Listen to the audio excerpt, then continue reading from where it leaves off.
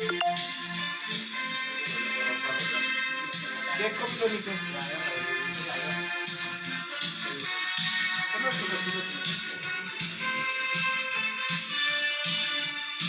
اللہ الرحمن الرحیم۔ السلام علیکم۔ میں ہوں آپ کا میزبان محمد تحسین عباسی اور آپ دیکھ رہے ہیں میرا یوٹیوب چینل۔ ناظرین، آج ملک بھر میں 77واں جشن آزادی پورے جوش و خروش سے منایا گیا، اور آج chief of the army staff سب کا بھی خطاب تھا۔ اسلام آباد میں ماشاءاللہ پریڈ بھی تھی، اور تمام تقاریب جو ہیں وہ پرامن طریقے سے منائی گئیں۔ میں ذکر کروں گا خاص طور پر سندھ کے شہری علاقوں میں، جہاں ایک طویل عرصے سے ایک بہت بڑی جماعت متحدہ قومی موومنٹ پر پابندی عائد ہے، اور گزشتہ 8 سال سے ان کے قائد الطاف حسین پر زبان بندی، سیاست پر پابندی، ان کے کارکنان پر تمام تر پابندیاں تھیں، لیکن اس کے باوجود بھی آج 77ویں سالگرہ کے موقع پر متحدہ قومی موومنٹ کے کارکنان نے جس انداز میں جشن آزادی منایا، ایک ہاتھ میں متحدہ قومی موومنٹ کا وفا پرست پرچم تھا اور دوسرے ہاتھ میں قومی پرچم۔ تمام تر سختیوں کے باوجود، جبر ظلم کے باوجود بھی کارکنان نے چھوٹی چھوٹی گلیوں میں، اپنے گھروں میں، اپنی چھتوں پر، پینٹ ہاؤس پر جشن آزادی کا جشن منا کر یہ ثابت کیا کہ تمام تر ظلم اور جبر کے باوجود بھی وہ بانی متحدہ الطاف حسین کے ساتھ کھڑے ہیں، اور پاکستان کی سلامتی اور خوشحالی کے لیے ان کے ساتھ کھڑے رہیں گے۔ ناظرین، ماضی کے حوالے سے میں ذکر کروں گا کہ الطاف حسین صاحب نے ایک ایسا دور تھا جب 90 پر خطاب کرتے ہوئے یہ فرمایا تھا کہ اس پاکستان پر خدا نخواستہ کوئی آنچ آتی ہے یا دشمن میلی نظر سے دیکھے گا تو پاکستان کے خلاف جن لوگوں نے بھی کوئی سازشیں تیار کی ہیں، متحدہ قومی موومنٹ کے 2 لاکھ کارکنان ہماری مسلح افواج کے شانہ بشانہ کھڑے ہو کر ان دشمنوں کا مقابلہ کریں گے۔ الطاف حسین صاحب نے یہ بھی کہا تھا کہ سندھ میں سندھو دیش کی سازشیں جب پروان چڑھتی رہی ہیں تو ان کا مقابلہ متحدہ قومی موومنٹ کے کارکنان نے ہمیشہ فرنٹ لائن پر آ کر کیا ہے۔ اگرچہ اس کے بہت سے نقصانات ہوتے رہے ہیں، مہاجر نوجوانوں کو یونیورسٹیز میں داخلے نہیں ملتے تھے اس وجہ سے کہ وہاں ظلم اور جبر ہوتا تھا، کالجز سے نکال دیا جاتا تھا، اور جو بیوروکریسی تھی وہ ہمیشہ زیادتی کرتی تھی، لیکن اس کے باوجود بھی سندھو دیش کی تحریک تھی، اس میں سب سے بڑی رکاوٹ متحدہ قومی موومنٹ تھی اور رہے گی۔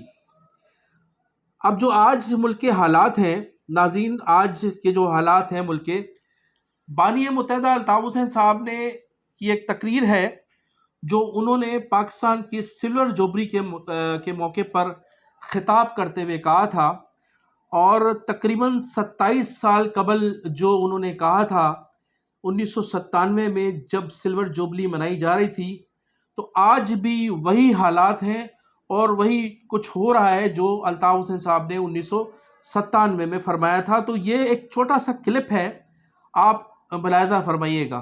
کس بات کا ہم جشن منا رہے ہیں؟ Golden jubilee? غلط! پاکستان 1947 کو بظاہر آزاد ہوا، انگریزوں سے، گورے انگریزوں سے، سفید چمڑی، وائٹ 14 اگست 1947 کی آزادی کے بعد پاکستان کی قوم کالے انگریزوں کی غلامی میں آ گئی۔ کدھر آزادی ہے؟ کدھر آزادی ہے؟ کدھر آزادی ہے؟ اب ناظرین، میں آگے چلتے ہوئے آپ کو بتاؤں گا کہ الطاف حسین صاحب نے آج سے 35 سال قبل کہا تھا کہ فوج کبھی بھی کرپشن میں ملوث نہیں رہی ہے، اور آج بھی الطاف حسین صاحب کا وہی موقف ہے کہ فوج کبھی کرپشن میں ملوث نہیں رہی ہے۔ محض چند لوگ کرپشن کر کے، بدعنوانی کر کے اس فوج کی بدنامی کا باعث بنتے ہیں۔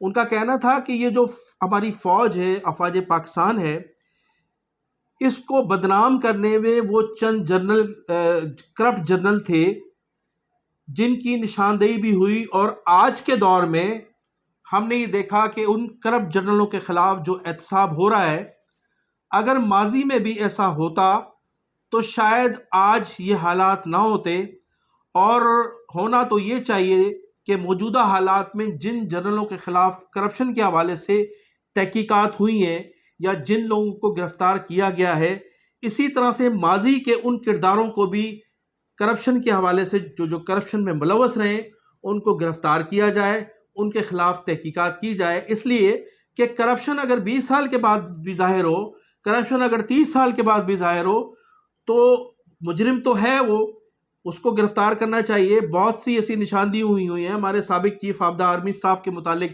جو افواہیں ہیں اگرچہ ان پر ثابت نہیں ہے تو کم از کم تحقیقات تو کی جا سکتی ہے۔ اس کے علاوہ اور بھی بہت سے افسران تھے، اس سے قبل بھی متعدد افسران کے خلاف اس قسم کی شکایتیں رہی ہیں۔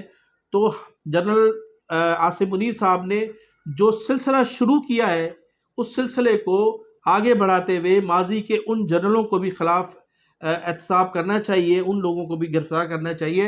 اور یہ ایک چھوٹا سا کلپ ہے الطاف حسین صاحب کا، جو انہوں نے ماضی میں کہا تھا کہ فوج کرپٹ نہیں ہے اور نہ ہی وہ فوج کے خلاف ہے۔ تو یہ چھوٹا سا کلپ بھی آپ دیکھیں جو انہوں نے ماضی میں کہا تھا، اور آج بھی وہ انہی چیزوں پر قائم ہے، اور وہ مسلسل اپنی تقاریر میں ٹک ٹاک میں اس ماضی کا حوالہ دیتے اس ماضی کی تقریر کو ملتے جلتے وہ الفاظ کہتے چلے آئے جو آج سے انہوں نے 35 سال قبل کہا تھا کہ فوج کرپٹ نہیں ہے، فوج میں چند لوگ کرپٹ ہیں جس کی وجہ سے فوج کی بدنامی کی جاتی ہے، اور خاص طور پر انڈین میڈیا اور انٹرنیشنل میڈیا چند لوگوں کی وجہ سے ہماری فوج کو کرپٹ قرار دیتے ہیں۔ تو یہ ذرا ویڈیو ملاحظہ فرمائیے گا۔ تو یہ فوج کا نام بدنام ہوتا ہے، فوج کرپشن میں ملوث ہے؟ جی نہیں، فوج کرپشن میں ملوث نہیں، اس کے سپاہیوں کو سرحد کے دفاع اور صبح سے شام تک اپنی ڈیوٹیز پوری کرنے کے آرام کی فرصت نہیں، تو وہ سازش کہاں کریں گے، وہ کرپشن میں کہاں ملوث ہوں گے؟ وہ نہیں ہیں، چند لوگ ہیں جن کی نشاندہی کرنے کی کسی کے مائی کے لال میں ہمت نہیں ہے۔ یہ ایکسپلائٹیٹو فورسز کس طرح کام کرتی ہیں؟ سپاہیوں کو جمع کیا، جیسے آپ ہیں نا، آپ جیسے بیٹھے ہیں، میں بات کر رہا ہوں تو بڑے بڑے افسر جی آپریشن کرنا ہے MQM کے خلاف، جی یہ سازش نکلی ہے، ملک دشمن ہے، جی یہ انڈیا کے ایجنٹ ہے، ان کے خلاف سازش کرنی ہے۔ اب آپ بتائیے ایک سپاہی وہ اپنے افسر کی بات کو جھوٹ سمجھے گا؟ ناظرین، بانی متحدہ الطاف حسین صاحب کا وہ خطاب ایک چھوٹا سا کلپ ہے جو انہوں نے لاہور میں مینار پاکستان پر ایک تقریر کرتے ہوئے خطاب کرتے ہوئے کہا تھا کہ آج میرا جو خطاب ہے لاہور میں، ان کا یہ کہنا تھا کہ آج یہ میرا پہلا اور آخری خطاب ہے، اس لیے کہ آج جو کچھ میں پنجاب کے لوگوں کو ڈیلیور کر کے جاؤں گا، اس کے بعد یہ تمام لوگ مجھے میرے خلاف یہ نوگو ایریا بنا دیں گے اس پنجاب کو، اور آئندہ مجھے کبھی یہاں تقریر کرنے کا موقع نہیں ملے گا، اس لیے کہ میں پنجاب کے لوگوں کو وہ ڈیلیور کرنے جا رہا ہوں جو 1947 میں ان کو ڈیلیور کرنا چاہیے تھا، یا جو 1947 میں سبز باغ دکھا کر پاکستان بنایا گیا تھا، تو آج میں وہ ڈیلیور کر کے جا رہا ہوں۔ الطاف حسین صاحب کا یہ بھی کہنا تھا کہ ہمارے ساتھ، میرے نوجوانوں کے ساتھ محض تعصب اس لیے کیا جاتا ہے کہ میں پنجابی نہیں ہوں، میں پٹھان نہیں ہوں، میں سندھی نہیں ہوں، میں بلوچی نہیں ہوں، ہمیں مہاجر کہہ کر ہمیں حقارت سے دیکھا جاتا ہے، ہمیں اداروں سے نکال دیا جاتا ہے۔ اخبارات میں جو نوکریاں آتی ہیں ان میں لکھا ہوتا ہے کہ کراچی حیدرآباد کے شہری نوکریوں میں اپلائی کرنے میں زحمت نہ کریں۔ تو یہ تعصب ہے، اور یہ جو برتاؤ ہے مہاجروں کے ساتھ، یہی وجہ تھی کہ متحدہ قومی موومنٹ کو بنانا پڑا، اور متحدہ قومی موومنٹ وہ واحد جماعت ہے جو مہاجروں کے مسائل حل کر سکتی ہے، جو ان غریبوں کے مسائل حل کر سکتی ہے، جو مہاجر نہیں ہیں، جو لوگ حقدار ہیں. انہوں نے کہا کہ میرا ایک ترانہ ہے، ہماری جو متحدہ قومی موومنٹ کا جو پہلا ترانہ ہے، پہلے ترانے کے لفظ بھی یہی ہیں کہ جو لفظ ہمارے ہیں وہ ہیں کہ الطاف حسین جو ہے وہ مظلوموں کا ساتھی ہے. اور وہ پورا اگر آپ ترانہ سنیں گے، لوگوں نے سنا بھی ہوگا، تو ہم نے ہمیشہ ظلم کے خلاف آواز بلند کی ہے. مجھ سے کہا جاتا ہے کہ جناب الطاف حسین صاحب، آپ کو تو عمران خان کہا کرتے تھے کہ میں اگر مجھے اجازت ہو تو میں ڈرون حملے کر کے الطاف حسین کو مار دوں یا مروا دوں. لیکن اس کے باوجود بھی ہم نے عمران خان پر جو ظلم ہوا یا ان کے جو کارکنان پر ظلم کیا گیا اس کے خلاف آواز بلند کی. اور اگرچہ میرا ان سے کوئی ابھی تک کوئی رابطہ نہیں ہوا ہے، لیکن اس کے باوجود بھی میں ظلم کے خلاف آواز بلند کیے ہوئے ہوں. جب مولانا فضل الرحمان صاحب کو عمران خان کے کارکنان یا عمران خان کی لیڈرشپ ڈیزل کہا کرتی تھی، تو میں ہی سب سے پہلے تھا جس نے کہا تھا کہ مولانا کو احترام دو. مولانا ہمارے اس ملک کی، مولانا فضل الرحمان ہمارے ملک کی ایک معتبر شخصیت ہیں، عالم ہیں، انہیں مولانا کہو، ڈیزل مت کو. وہ مولانا ہیں، ایک قابل احترام ہے ہمارے لیے، تمام لوگوں کے لیے. تو آج بھی میں اس موقف پر قائم ہوں. اور آپ نے دیکھا کہ آج عمران خان اور مولانا فضل الرحمان ملکی حالات پر ایک پیج پر ہیں. تو میری ہمیشہ کوشش یہ رہی ہے کہ جو بھی مظلوم ہے اس کا ساتھ دیا جائے. ماضی میں بھی ہم مظلوموں کے ساتھ تھے، خواہ اس کا تعلق کسی بھی قومیت سے ہو، وہ پٹھان ہو، وہ بلوچ ہو، وہ پنجابی ہو یا سرائکی ہو، ہم تمام مظلوموں کے ساتھ ہیں. میری حمایت آج بھی ان بلوچوں کے ساتھ ہے جو مسنگ پرسنز ہیں. ماہرنگ بلوچ کے میں جو احتجاج کیا مسنگ پرسنز کے حوالے سے، ہم نے اس کی بھی حمایت کی تھی.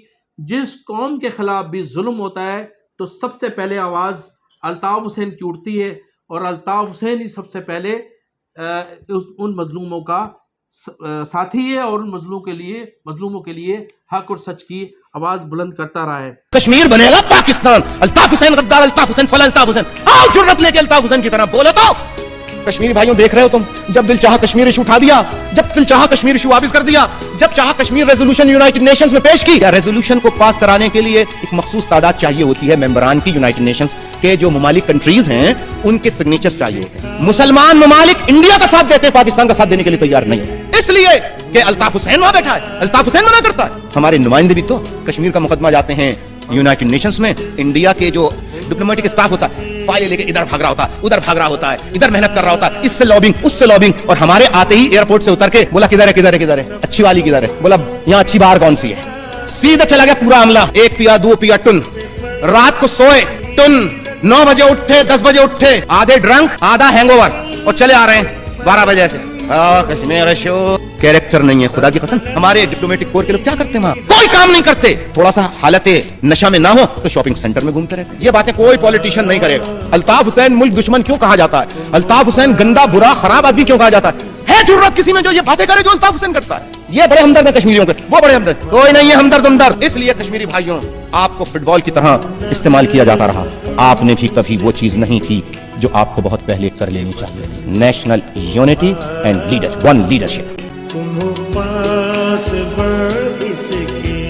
الطاف حسین صاحب نے کہا کہ پاکستان اس وقت جن حالات سے گزر رہا ہے، ہمارے جنرلز جو اس وقت طاقتور ہیں، جو اس وقت ان تمام معاملات ان کے ہاتھ میں ہیں. موجودہ حکومت تو ایک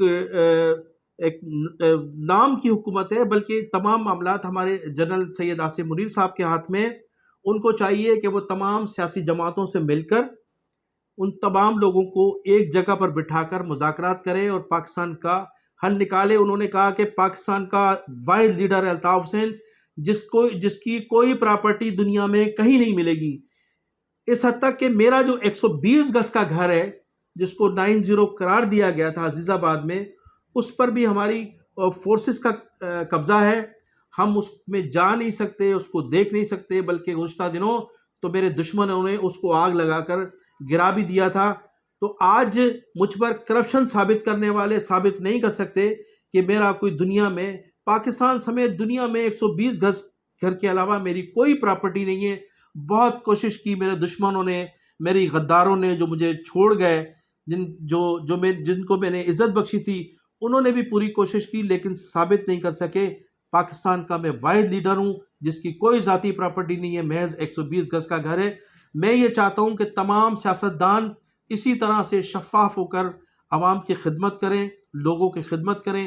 پاکستان اس وقت نازک صورتحال سے گزر رہا ہے۔ ہماری افواج پاکستان کے ذمہ داروں کو بھی، ہمارے سیاستدانوں کو بھی پاکستان کی ترقی، خوشحالی اور اس خدا نخواستہ میرے منہ میں خاک ڈوبتے ہوئے پاکستان کو بچانے کے لیے سب کو ایک اسٹیج پر آنا پڑے گا۔ میں ناظرین انہی الفاظ کے ساتھ آپ سے اجازت چاہوں گا کہ آپ میرے چینل کو سبسکرائب بھی کیجئے گا، شیئر بھی کیجئے گا، کمنٹ سیکشن میں جا کر اپنی قیمتی رائے کا اظہار بھی ضرور کیجئے گا۔ پاکستان زندہ باد۔